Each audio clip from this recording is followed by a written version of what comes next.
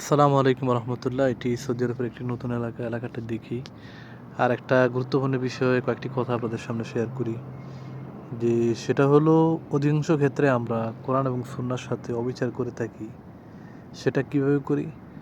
ধরুন আমি জামাত ইসলাম করি, অথবা আমি তাবলিগ করি, অথবা আমি আহলে হাদিস করি, অথবা আমি যেই সংগঠন করি, আমরা কি করি যে কোরআন এবং হাদিস থেকে ওই সংগঠনের সমর্থিত যে আয়াতগুলো আছে, অথবা সমর্থন করে না বা কাছাকাছি, আল্লাহ পাক অন্য উদ্দেশ্য বুঝিয়েছেন আয়াত দ্বারা অথবা হাদিস দ্বারা, রাসূল সাল্লাল্লাহু আলাইহি ওয়াসাল্লাম অন্য কিছু বুঝিয়েছেন, অন্য কিছু শিক্ষা দিয়েছেন, কিন্তু সেই দিকে না যায় আমরা কি করি? সেই হাদিসটাকে মানুষের সামনে উপস্থাপন করি আর বলতে থাকি যে আমার দলই হক, আমার দলই সঠিক, দেখো আল্লাহ এটা বলছে। যেমন যারা আইএস, তারা কোরআন শরীফের জেহাদ সংক্রান্ত যত আয়াতগুলো আছে সেটাকে একত্রিত করবে। উগ্রপন্থী যারা আছে তারা ফাকতুলুল মুশরিকিন হাইসু ওয়াজাদতুম, কিন্তু এর আগের পরের যে ধরনের আল্লাহ পাকের বাণী, যে ধরনের কথাগুলো আছে, সেই কথাগুলো না বলে, সেই কথাগুলো মানুষের সামনে প্রচার না করে, সেই কথাগুলো না বলে তারা তাদের উদ্দেশ্য বাস্তবায়ন করার জন্য তারা কি করে? কোরআনের আয়াতগুলোকে তারা তাদের ভিন্ন উদ্দেশ্যে ব্যবহার করে এবং এই আয়াতগুলোর বিভিন্ন ধরনের তাফসীর তারা দাঁড় করায়। কিন্তু আল্লাহ পাক এই আয়াতটাতে যুদ্ধের পরিপ্রেক্ষিতে বলেছেন, কেন বলেছেন, কী জন্য বলেছেন, বা এটা কোন সময়ের জন্য প্রযোজ্য, সেই সব কিছু শিক্ষা না দিয়ে তারা এই ধরনের শিক্ষা মানুষকে দেয়।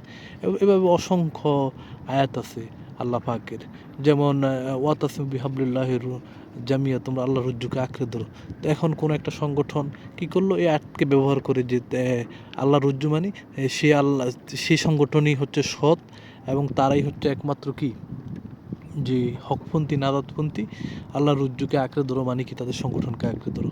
যেমন রাসূল সাল্লাল্লাহু আলাইহি ওয়াসাল্লামের একটি হাদিস আছে, যে হাদিসটিতে তিনি রাসূল সাল্লাল্লাহু আলাইহি ওয়াসাল্লাম অত্যন্ত গুরুত্বের সঙ্গে বলেছেন জামাতবদ্ধ জীবন যাপন করার জন্য। কিন্তু দেখা গেছে তাবলিগ জামাতের যারা ভাই আছে, অর্থাৎ তাবলিগ জামাতের ভিতরে সাদ গ্রুপ, জুবায়েত গ্রুপ, তারা প্রত্যেকে এই হাদিস তাদের কিতাবের ভিতরে উল্লেখ করে জামাতবদ্ধ জীবনযাপন। তার মানে হচ্ছে কি, যে আপনি এই তাবলিগের সাথে থাকবেন, আপনি জামাতবদ্ধ জীবনযাপন করলেন, এখান থেকে বের হয়ে গেলেন, আপনি জামাতবদ্ধ জীবনযাপন করলেন না। আসলে সম্পূর্ণ ভুল। এই হাদিসের প্রতি জুলুম করা হয়, এইভাবে অপব্যাখ্যা করা। রাসূল সাল্লাল্লাহু আলাইহি ওয়াসাল্লাম কোন উদ্দেশ্যে কী জন্য বলেছেন সেটা না মানুষের সামনে বলে তাদের ইচ্ছা মতো এটা করা হয়। এটা বেশিরভাগ ক্ষেত্রে সব দলেই এটা করে থাকে। এটা আমাদের করা উচিত নয়।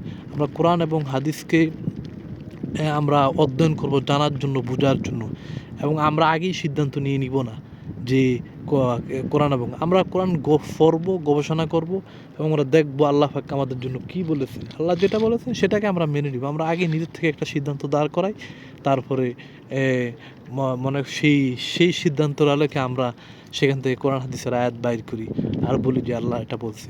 যেমন আপনি আগেই ঠিক করে নিচ্ছেন যে আপনি প্রমাণ করবেন কোরআন হাদিস দিয়ে এই নারীরা পুরুষরা নারীদের থেকে উত্তম, এটা আপনি প্রমাণ করবেন। এখন এটা প্রমাণ করার জন্য আপনি কী করলেন? আপনি সিদ্ধান্ত আগে নিয়ে নিয়েছেন যে আমি এটা প্রমাণ করব। তা আপনি কী করলেন? সেখান থেকে কোরআনের আয়াত বের করলেন, হাদিস বের করলেন, বিভিন্ন আয়াত হাদিস একত্র করে আপনি অনেকগুলো দলিল আপনি সামনে আনলেন। কিন্তু এর আগে পরের উদ্দেশ্য বা নারীদের মর্যাদা সম্পর্কে যেসব বিষয়ে কথা বলা হয়েছে তার কোনো কিছুর দাঁড়ি আপনি নাই, বা সেসব বিষয়ে আপনি বললেনও না, কোনো কিছু করলেন না। আপনি কী করলেন? আপনি যেটা মনে চায় বা আপনার যেটা উদ্দেশ্য সেটাকে আপনি বাস্তবায়ন করার জন্য আপনি কাজ করলেন। এটা মূলত কোরআন হাদিসের সাথে এটা জুলুম।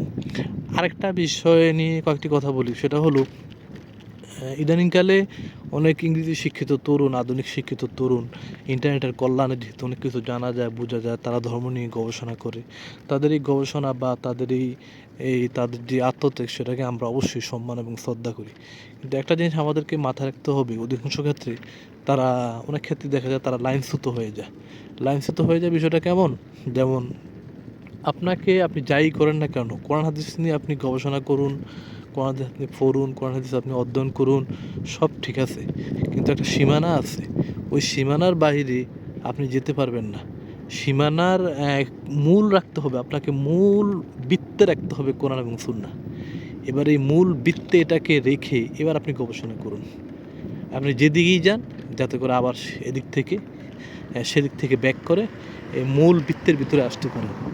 অথবা আপনি যেদিকেই যান, আপনি যাতে করে এই মূল বৃত্তের ভিতরে আসতে পারেন। অথবা তাহলে আপনি লাইনচ্যুত হবেন না। আর যদি আপনার ইচ্ছা মতো আপনি বলতে থাকেন, করতে থাকেন, তাহলে এটা আসলে ঠিক না। এটা কোরআন এবং সুন্নাহর সাথে এটা জুলুম। আরেকটা গুরুত্বপূর্ণ বিষয়, আরেকটা ক্ষুদ্র বিষয় বলি যে সেটা হলো যে আসলে বর্তমানে আমরা এমন একটা সমাজ ব্যবস্থার ভিতরে আছি, আপনি এই সমাজ ব্যবস্থাটাকে বলতে পারেন একবারে ফিতনা ফাসাদের একটা চূড়ান্ত পর্যায়ে বলতে পারেন। এখানে আসলে ঈমান, আমল হেফাজত করা, ঈমান আমল নিয়ে চলা অত্যন্ত কঠিন এবং অত্যন্ত দুরূহ কাজ। আমি আপনি চাইলেই গুনাহ করতে পারি, আমি আপনি চাইলেই খারাপ কিছু দেখতে পারি, খারাপ কিছু বলতে পারি। অবাধ স্বাধীনতার নামে আমাদেরকে বিভিন্ন জিনিস চাপিয়ে দেওয়া হয়েছে। আমাদের চিন্তা চেতনার উপরে পশ্চিমা বিশ্বের যে আধিপত্য প্রভাব, আমি কি দেখব, আমি কি খাবো, কোনটা শিক্ষা, কোনটা শিক্ষা না, সব কিছুর উপরে তাদের একটি নিয়ন্ত্রণ আছে। অদৃশ্য একটি নিয়ন্ত্রণ তারা কাজ করে।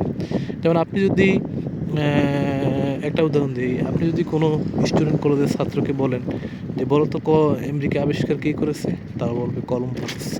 তার মানে কি কলম্বাস দেখার আগে, ইউরোপিয়ানরা দেখার আগে সেখানে আমেরিকা ছিল না? অবশ্যই ছিল। সেখানে রেড ইন্ডিয়ানরা ছিল, সেখানে তারপর হচ্ছে সেখানে জুনিরা ছিল, বিভিন্ন উপজাতি সেখানে ইন্ডিয়াতে সেই আমেরিকাতে হাজার হাজার বছর ধরে তারা সেখানে ছিল। কিন্তু না, আদিবাসীরা ছিল সেটা আবিষ্কার না। যতদিন পর্যন্ত ইউরোপিয়ানরা না দেখেছে, যতদিন পর্যন্ত কলম্বাস না দেখছে, অর্থাৎ ইউরোপ যখন দেখেছে সেটাই আবিষ্কার, সেটাই আমেরিকা। তো এখন এইগুলো হচ্ছে শিক্ষা। তারপর হচ্ছে আপনাকে যদি বলা হয় যে এভারেস্ট কে আবিষ্কার করছে, তো আপনি একই ইউরোপিয়ান একজন, আর অস্ট্রেলিয়া কে আবিষ্কার করছে? অস্ট্রেলিয়া ছিল না? ছিল। অস্ট্রেলিয়ার আদিবাসীরা ছিল, অস্ট্রেলিয়ার লক্ষ লক্ষ মানুষ সেখানে ছিল, কোটি কোটি মানুষ ছিল। এই ইউরোপিয়ানরা গিয়া তাদেরকে ঘর বাড়ি নির্যাতন, তাদের ঘর বাড়ি জ্বালিয়ে দেওয়া, তাদেরকে হত্যা করা, দর্শন করা, তাদেরকে নিচ্ছিন্ন করে দিয়ে তারা সেখানে তাদের মতো করে তারা সমাজ সভ্যতা সাজিয়েছে। তো এখন এই হলো বাস্তবতা। এই বাস্তবতা আসলে আমাদেরকে মানতে হবে, এই বিষয়টি জাতির সামনে উপস্থাপন করতে হবে। আসসালামু আলাইকুম রহমতুল্লাহ।